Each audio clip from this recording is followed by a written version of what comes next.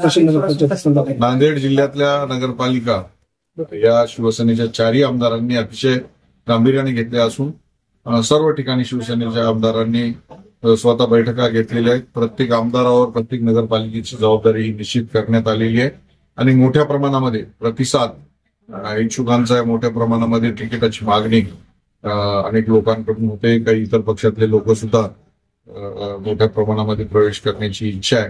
परंतु नांदेड जिल्ह्यामध्ये जी काही शिवसेना भाजपची आपण बघता की 1990 पासून जी युती आहे ती युती असावी आमची इच्छा आहे.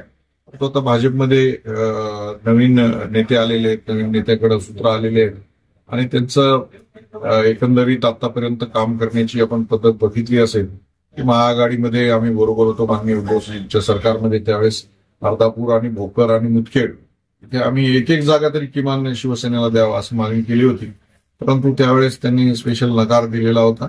तर जे काही माझं आहे ते 100% माझंच आणि तुमचं आहे त्याच्यातला 50% वाटा, ही जी काही भूमिका माननीय अशोक चव्हाण साहेबांनी यापूर्वी घेतलेली होती तशी भूमिका न घेता जी काही सेना भाजप युतीच्या मला वाटतं की सुरुवातीपासूनच्या 1990 पासूनच्या सर्व नगरपालिका, जिल्हा परिषद, पंचायत समित्यामध्ये माननीय डी पाटील असतील, कैलासवासी माननीय संभाजी पवार साहेब असतील, ही सर्व मंडळी आम्ही एकत्र बसायचो आणि त्याचबरोबर गणपतराव रोप सर असतील, पांडे सर, ही सगळी मंडळी आम्ही वाटाघाटी करून त्या जागा एकमेकाला सोडून घ्यायचो.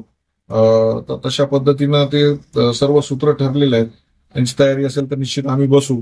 तसेच राष्ट्रवादीचे माननीय प्रताप पाटील चिखलीकर यांच्याबरोबर सुद्धा औपचारिक चर्चा झालेली आहे आणि त्यांची सुद्धा युती करायची तयारी आहे. येत्या 2 दिवसामध्ये निश्चितच त्या संदर्भामध्ये निर्णय होईल. जमिनीचा महाराष्ट्रात नांदेडमध्ये अनेक महानगरपालिकेचं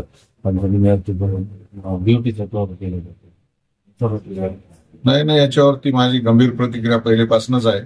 नांदेड शहरामधलं जिल्हा परिषदेचं कुस्त्याचं मैदान असेल तिथं शॉपिंग कॉम्प्लेक्स झालेलं आहे. जिथे गोरगरीब माणसं भाजी विकायला बसायचे अशा महात्मा फुले मार्केटला तिथले भाजी विक्रेते पूर्ण नामशेष करून तिथं सगळे मोठमोठाले सोन्याची दुकानं, हिऱ्याची दुकानं तिथं आलेले आहेत. ते भाजीपालावाले रस्त्यावर आलेले आहेत आणि त्याच्यामुळं चालायला अवघड झालंय.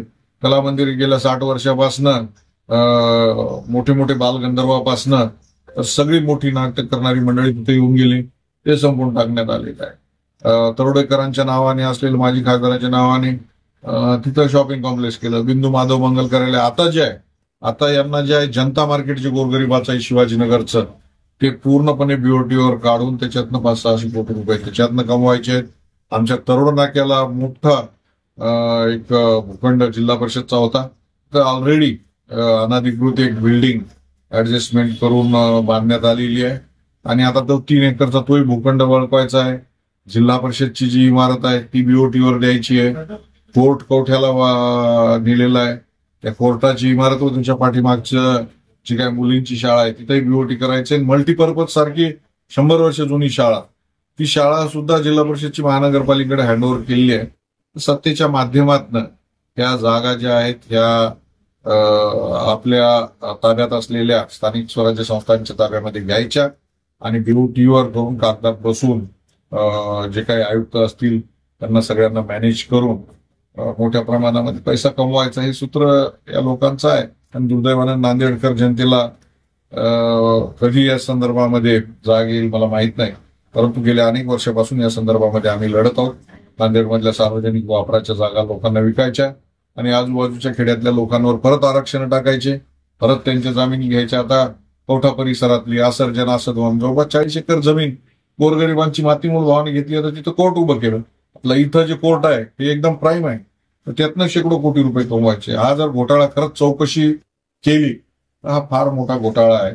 परंतु नेमकी चौकशी लागली की सत्तेमध्ये येऊन बसायचं हे इथलं राजकारण्यांचं सूत्र आहे आणि त्यामुळं आता ते देवच जाणे किंवा कधी चौकशा होतील आणि कधी सत्य बाहेर येईल.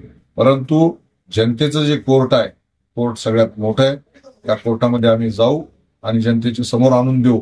अशा पद्धतीनं नांदेड जिल्ह्यातल्या सगळ्या सार्वजनिक हिताच्या जागा काही माहेश्वरी आणि कोणतरी बिल्डर येतात आणि अशा पद्धतीने त्या जागा घेतात, शेकडो कोटी रुपये कमवतात भाजीपालेवाले असतील, हॉकर्स असतील, रस्त्यावर काम करणारे लोक असतील, हे पहिलेपासून विस्थापित गरीब आहेत आणि या गरिबांना रस्त्यावरच परत आपण सोडताय, ही पद्धत अत्यंत वाईट आहे. या संदर्भामध्ये कधीच आम्ही शांत बसणार नाही.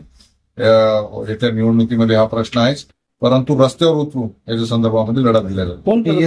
कोण सूत्र नाही, याच्यात सूत्र माहित आहेत ना. या नांदेड जिल्ह्याचं राजकारण जे आहे ते गेल्या 72 वर्षापासून मान्य चव्हाण परिवाराकडेच आहेत आणि तेच करते धरते. त्याच्यात काय भिण्याचं किंवा लाजण्याचं किंवा समजून सांगण्याचं काय हातच्या काकणाला आरसा कशाला आहे? या महानगरपालिकेतल्या जागा ज्या आहेत, कोणी टेंडर काढायची ते काय टेंडर ज्याच्या नगरपालिकेत एकच नगरसेवक आहे तो थोडी काढू शकतो. त्याची सत्ता आहे तोच टेंडर काढतो. भाऊ येणाऱ्या अधिवेशनात प्रश्न उचलला येणाऱ्या अधिवेशनामध्ये निश्चित हा प्रश्न उचलला जाईल. ज्या महानगरपालिका आयुक्तांनी याच्यामध्ये कागदांमध्ये खाडाखोड केलेली आहे, नियम अटींचं पालन केलेलं नाही, निश्चित त्या आयुक्तांची चौकशी लावण्यात येईल, त्यांना घरी पाठवण्यात येईल. 2 दिवसापूर्वी उद्धव ठाकरे यांचा दौरा झाला नांदेडला, काय वाटते? कधी आलं? 2 दिवसापूर्वी नाही, माफ करा, मला याच्या संदर्भात कल्पना नाही, मी त्यावेळेस नव्हतो. धन्यवाद.